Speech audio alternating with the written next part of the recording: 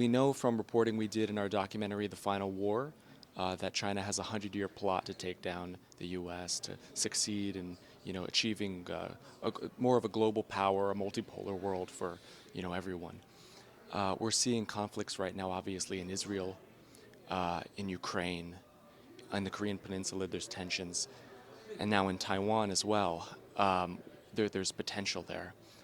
What would be the U.S. response, in your opinion, to conflict in Taiwan with Beijing? So right now, as you know, we're locked into the one China policy. And the Biden administration has been very, supportive of the one China policy. You've seen Jake Sullivan, the National Security Advisor for the United States, under President Biden, say that we respect the one China policy and that we don't recognize the Taiwanese independence. Well, I have to tell you, I think that's incredibly a big mistake and it's incredibly wrong.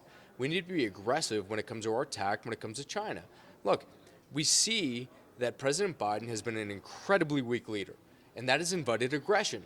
It has invited aggression in Ukraine. It has now invited aggression in Israel, and we see that as inviting aggression in Taiwan, and that we need to have an appropriate response. It is my belief that this world is a much better place with the United States in it than without it. And isolationism isn't going to make you any friends. And as you saw, when we left Afghanistan with that disastrous withdrawal that killed many Americans that never should have happened, that we left our allies high and dry. Right now, do you think our allies are willing to go to bat for us if we go to war? And that is one of my major concerns right now. And we have a lot of trust that we need to rebuild. But when it comes to China, the president, this administration, members of Congress need to make sure that we are holding these individuals accountable and that we are taking no bars when it comes to it. And what I mean by that is we need to be aggressive in our stance. They want total domination. China wants to be isolated from the rest of the world. If you isolate yourself and you're 100% self-sufficient on what you have, which is what our country should be, and it's what we're not because of President Biden, it means total domination. And we need to take that incredibly seriously when we look at the attack of them.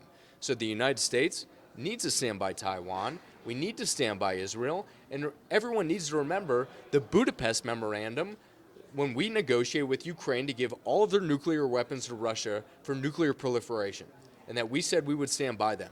I would like to remember individuals that we contractually engaged in that agreement and that we need to be reminded of that. So does that mean we'd send troops? I'm not for sending troops to Ukraine right now. Absolutely not. How about Taiwan if an event happens? I think that China is a very geopolitical threat, and I think all options should be exercised when we look at them. They want total, complete domination, as does Russia, and they want the USSR back in the Soviet Union. But make no mistake, I don't think we should be spilling American blood.